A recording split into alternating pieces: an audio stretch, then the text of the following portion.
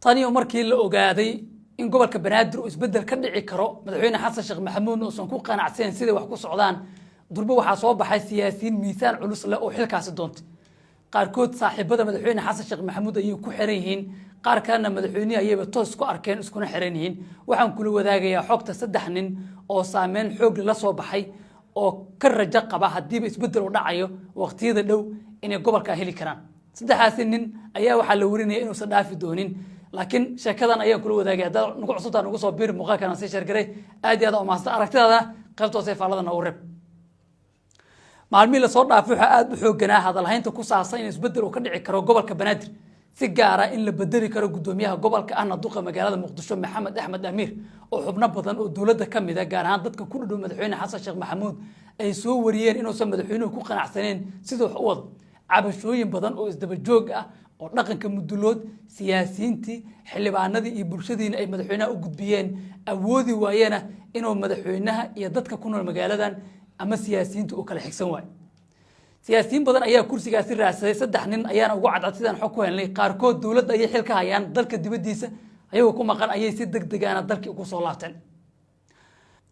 saddexdaas xubnood waxaa ka mid ah ambassador Daahir Carab safiirka Soomaaliya ee dalka Mareykanka waxa hore u soo noqday gudoomiyaha jaamacadda Simad muddo dheer ayuu bahda waxbarashada ka tirsanaa madaxweyne Xasan Sheekh Maxamuud ayayna saaxiibo dhow yihiin sidoo kale waxa uu saaxiibo la yahay xubno ka mid ah saaxiibada madaxweynaha Soomaaliya oo saameyn ku leh go'aanka madaxtooyada ka dhacay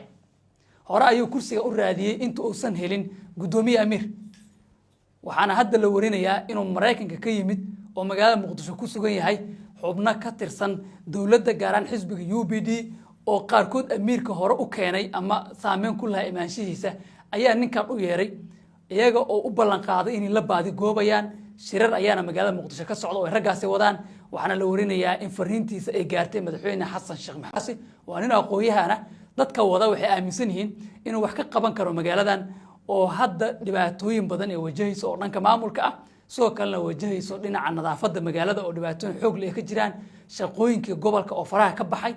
oo aan waxba shaqo ah soconin doorashooyinkii guddiga doorashada oo ay cabanayaan in abaabulkii gobolka oo isagana kaalintiisa muuqanin laakiin guddiga isaga isxilqaamo oo shaqeysanayo bulaacadii oo aan xal loo qaadan dhammaan dhibaatooyinkaas iyo dadkii ay ahayd in laga haayo madaxweynaha siyaasiyiin badan gobolkan lagu haayay iyo sidoo kale tabashooyinka kale ee guud iyo dagaalada inuu buuxin karo booskaas oo madaxweynaha Soomaaliya ugu yaraan uu ka foodeyn karo culaysaadkaas ayay aaminsan yihiin ragga ninkan wada qofka kale waa gudoomiye hore ee gobolka Shabeellada Dhexe Axmed Mayra Makraan Axmed Faal waxa uu ahaa mid kamid ah shakhsiyaadkii ugu dhawaa in gudoomiyaha gobolka ay noqdaan markii hadda loolankiisii uu socday inta aan ninka la magacaabay saaxiibo badan ayaa wada markii hore Muuse Suudi ayaa waday laakiin hadda waxaaba isku xiran isaga madaxweyne Xasan Sheekh Maxamuud oo leeyahay way isqaateen tan iyo wixii ka dambeeyay dagaaladii Al-Shabaab haddana toos ayay u wada xiriiraan dhowr jeerna waa kulmeen xogna waxa ku helnay toddobaadkan in ay kulmeen maalmo si horeysana sidoo kale ay is arkeen kulamadooduna ay badan yihiin madaxweynuhu u ballan qaaday inay si wada shaqeyn doonaan markii howlgalladaas iyo dagaaladan ay si wada jira u fulinayeen ama ay abaabulkooda u wadeen ninkan waa nin qorax joog ah ama dal joog ah oo magaalada Muqdisho ku sugnaa safaradiisana ay koobnaayeen dadka yaqaana ama ninkan wada waxay leeyihiin waa nabadoon waa nin wadaada sidoo kalena waa nin isku wadi kara dadka ku nool magaaladan oo madaxweynuhu ka xigsan kara sidaas darteed ayay koox badan ugu kaambin gareynayaan inuu gudoomiyaha gobolka noqdo iyadoo madaxweyne Xasan Sheekh Maxamuudna iyo gudoomiye Xanfaal hadda yihiin laba nin oo isku xiran halka markii hore uu u dhaxeeyay Muuse Suudi Yalaxo qofka kale ee saddexaad waa gudoomiye hore ee maamulka gobolka Banaadir General Xasan Maxamed Xuseen Mungab wuxuu ku jiraa shakhsiyaadka ugu horeeya uguna rajada wanaagsan sababtoo ah Mungab hore ayaa loo tijaabiyay waxaana lagu tiriyaa mid kamid ah raggii ugu kartida badnaa ee gobolka Banaadir soo mara ee xilka qabtay waqtigii uu qabteen waxay ahayd waqtiyadii ugu adkaa oo magaalada gudoomiye laga noqon lahaa ammaanka Muqdisho iyo guud ahaan dalka Soomaaliya gaaraan arrimaha dagaaladana oo wax badan ka tari karo hadii loo dhiibo iyadoo xusid mudan tahay inuu ahaa ninkii dhisay xarunta gobolka hadda lagu shaqeeyo sidoo kalena boqolaal xildhibaan ah gobolka ku hayay oo madaxweynuhu ay diyaar u hayaan hadba intii u baahdo sidoo kalena magaalada Muqdisho oo laga baqayo oo deganaa degmada Hiilwaa ee gobolka Banaadir xarun u ahayd nin dagaal inuu yahay militariga wax ka yaqaano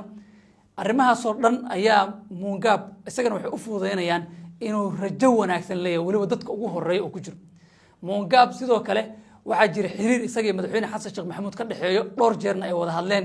waxaana dad badan ay leeyihiin wuxuu ku jiraa shakhsiyaadka gobolka banaadir haddii loo dhiibo oo wax ka qaban karo magaaladan oo dhibaatooyin badan la daalaa nin ayaa la soo wariyay in siifiyadoodii madaxweynaha ag yaalaan rajo wanaagsan ay qabaan ku xiran yihiin rag culusna qaarkood ay wadaan qaarna ay madaxweyne xasan sheekh maxamuud toos ugu xiran si kastaba ahaato raggan rajo kasta oo ay leeyihiin waxa ka horeyso in madaxweynuhu ay ka soo go'do in amiir uu meesha ka baxo oo hadda mugdiga iyo madmadowga u dhaxeeyo filla Soomaaliya iyo gobolka banaadir oo go'aan ka qaato madaxweyne xasan sheekh maxamuud ama ugu yaraan la xaliyo xogta kale aan helno waxay tilmaamaysaa in gudoomiye amiir dhankiisa uu wado inuu dabacsanaan muujiyo oo madaxweynuhu u dabco iyo inuu ballanqaad sameynayo inuu wax badan ka bedeli doono shaqadiisa laakiin si guudba waxaa jira cabashooyin badan oo gobolka ah iyo rajo xumo xoog leh oo muuqata taasoo keenaysa in madaxweynaha Soomaaliya xasan sheekh iyo ra'iisul wasaarihiisa Xamse Cabdi Barre ay qoostaan kuna dhow yihiin inay go'aan gaaraan waxa warar ku soo kordhaa waxaan kugu soo gudbi doonaa wararkeena dambe insha Allah